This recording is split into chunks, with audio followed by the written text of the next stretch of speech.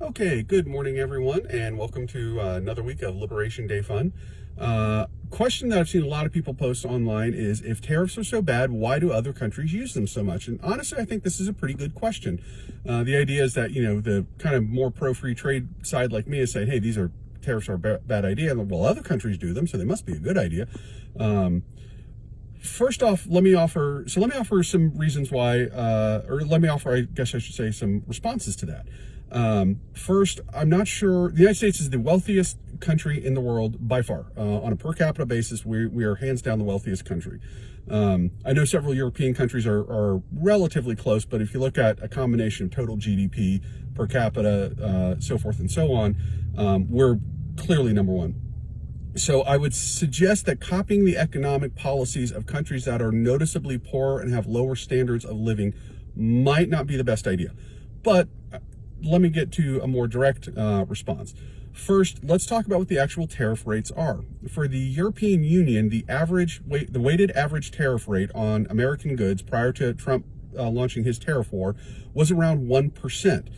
Some products were at 5%, some products were at 12.5%, many products were at 0%. So on average, it was about a 1% tariff system. And the reason for this is because tariffs are a tax that Europeans, when they tariff American goods, it is a tax that is paid by Europeans, and it hurts their ability to import various goods, products, and services that they need for their economy. Japan had a weighted average, I always get that backwards, a weighted average tariff rate of around 2% on American goods. China, before Trump launched his tariff war in 2018, although admittedly at a much, much smaller scale, was at less than 5% tariffs on American goods. And so forth and so on. As you go around the globe, you find that tariffs on American goods are relatively low and in many cases completely non-existent. For instance, we have the USMCA, which was the follow-up to NAFTA. So we have free trade with Mexico and Canada. We had a free trade agreement with Australia. We had George Bush did the Central American Free Trade Agreement, which brought in countries like Colombia and some others. We also, through the World Trade Organization, had been steadily reducing tariffs between countries like Japan and the United States and China and so forth. And also tariffs have been dropping between other countries, not including the United States. For instance, the European Union essentially has no tariffs. If you're in France, you can sell whatever you want to Austria. And if you're in Denmark, you can sell whatever you want to Poland, and so forth and so on. So the general thrust of global trade for the last 30 or 40 years has been less and less tariffs, lower and lower tariffs, more and more free trade. So the answer to the question, why do other countries do these tariffs? The answer is, by and large, they don't. They've been steadily getting rid of them over the course of decades, bringing the rates lower and lower. China, for instance, in the early 90s had tariffs on American goods of around 35%. By 2018, they had that down to probably a little less than 5%. So obviously China had been steadily getting rid of tariffs because they're the largest importer of just about everything you can think of: oil, natural gas, food, fertilizer, iron ore, copper, coal, and countless other things. So why would they tax their own citizens for bringing that stuff in when China needs it for their manufacturing base and their economy? So let me move on to another point. You keep hearing Canada tariffs American dairy at 275%, and I forget the number for poultry. It was like 220% or something like that. So, obviously it's not free trade. Well, that's a good point, except Canada has never actually imposed those tariffs on American goods, not once. What happened is, part of the USMCA, which is the current free trade agreement between the United States and Canada, which, by the way, was negotiated by Donald Trump. It was put into place by Trump's first administration. It is his trade deal where these numbers come from.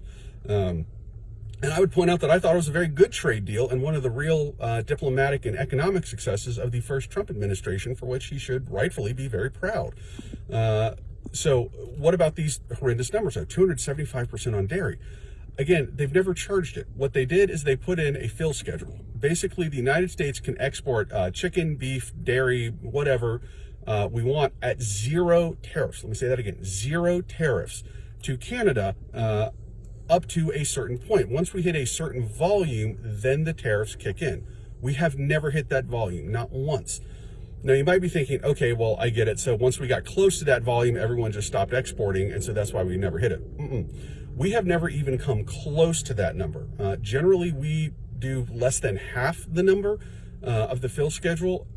Basically, what those numbers are there for is that is a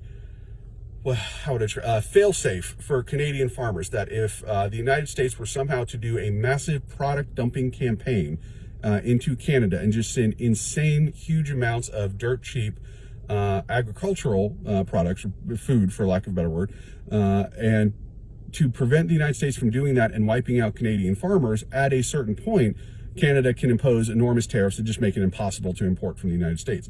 But again, we've never even come close to those numbers. We export all the dairy, all the poultry, all the beef, all the pork that we want to Canada. The reason we don't export more is we just don't, the Canadian market, I mean, what's their population, like 40 million people? There's only so much that they can buy. And at that point, it's better to ship it to China or to Japan or something like that. So the answer to the question, why do other countries have tariffs if they're so bad, is by and large, they don't. And these numbers you hear about Canada have never, let me say that again, have never been imposed on American products, because we have never even gotten close to the volume of shipments that would trigger those. Again, that is a fail-safe system to prevent American product dumping. Under normal trade circumstances, we will never get close to those numbers. So really, the truth is, very few tariffs on American goods around the world.